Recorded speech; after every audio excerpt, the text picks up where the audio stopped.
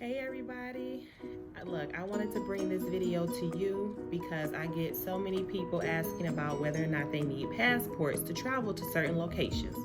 So in this video, I'm going to let you know about some of the phases that the passport world is going through to process all of the passports that are being submitted, and the 4 easy steps that you can take to obtain your passport. So stay tuned, I'm going to share that information with you.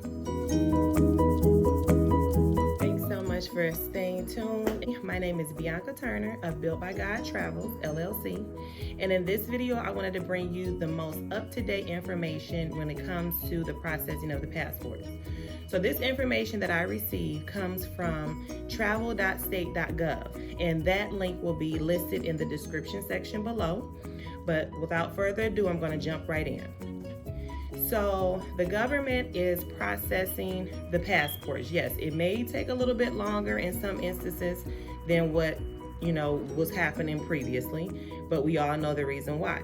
So it is 3 phases to the reopening process of passports.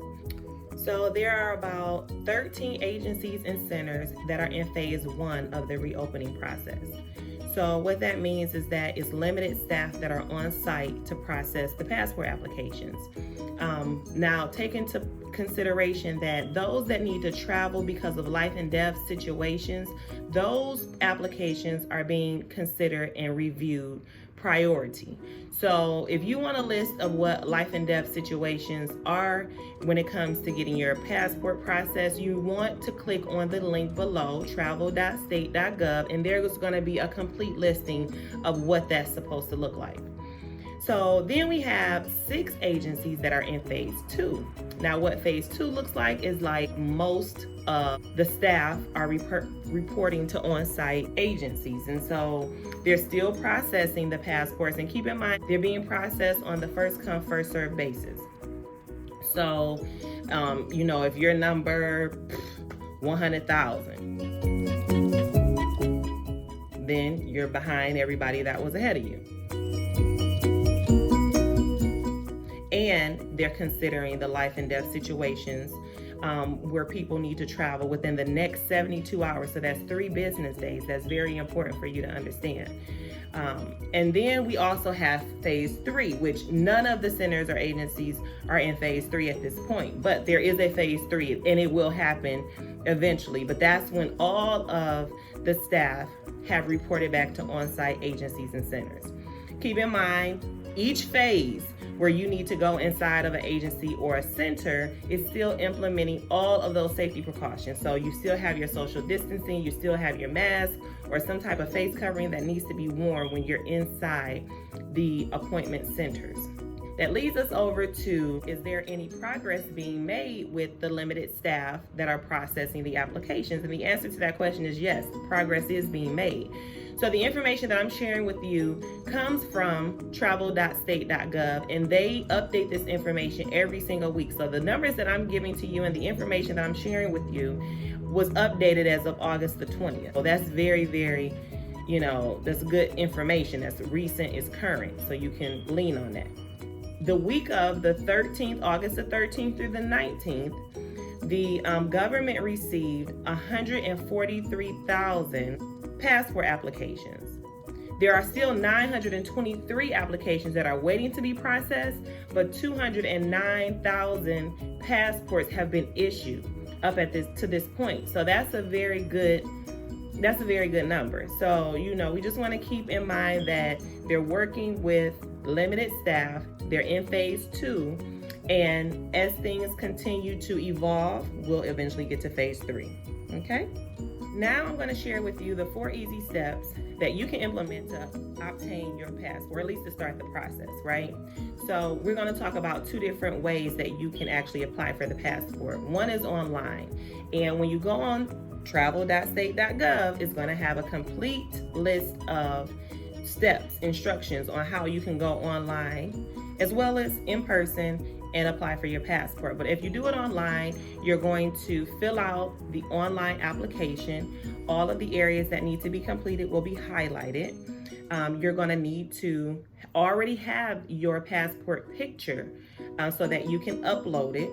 to the application, you're going to want to have your forms of payment and your documents that are necessary for proof of identification. You're going to need all of that stuff to be uploaded as well. And then you hit submit, right? Sounds simple.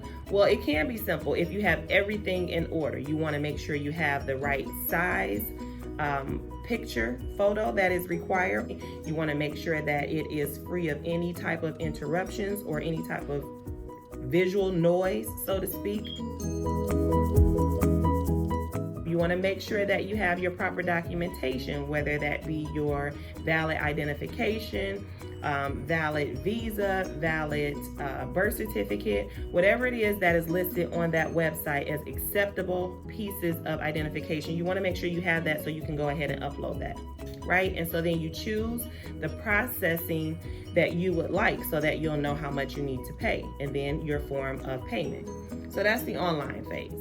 So for those of you that do not choose to fill out your application online, you have an option of printing the DS-11 form out and completing it. You still want to be mindful of all of the areas that need to be completed. But one important thing is that in completion of the application, you do not want to sign it. That's not going to be done until you are actually in front of one of the officials, one of the passport officials, or at the agency or center or whatever. To step number 2, which is making an appointment. Again, on travel.state.gov, there's a complete listing of agencies and centers that you can go to that are accepting applications. Not applications, but appointments.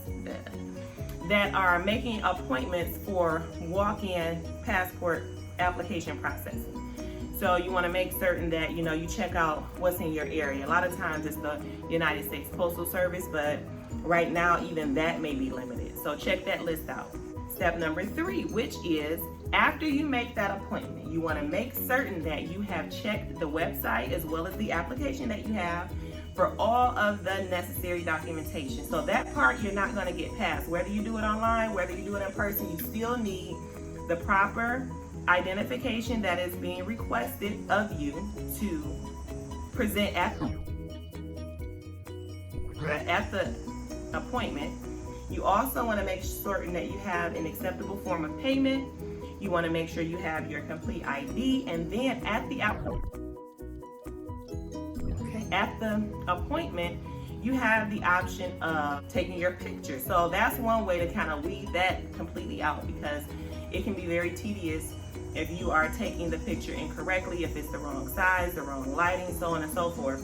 You don't want to go through all that. So at the appointment, you can go ahead and take your picture. That is where you sign the application, at the appointment in front of the official that is facilitating that process for you. And last but not least is actually making it to the appointment, okay? I know it may sound crazy, but we all know that in any world, today's world, before world, whatever,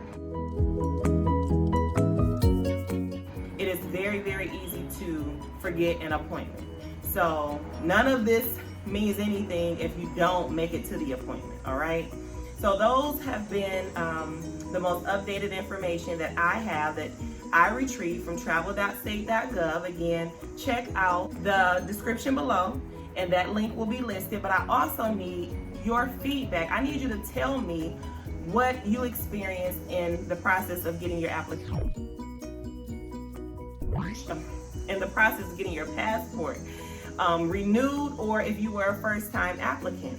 Share that with me down in the comment section below. And if this content that I brought you about the most recent information on passport processing was helpful, please lay on that like button, all right?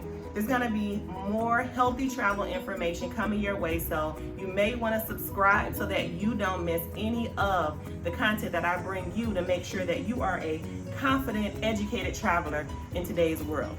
Well, that's it for me. It's been a pleasure. My name is Bianca. I'll talk to you guys later. Bye.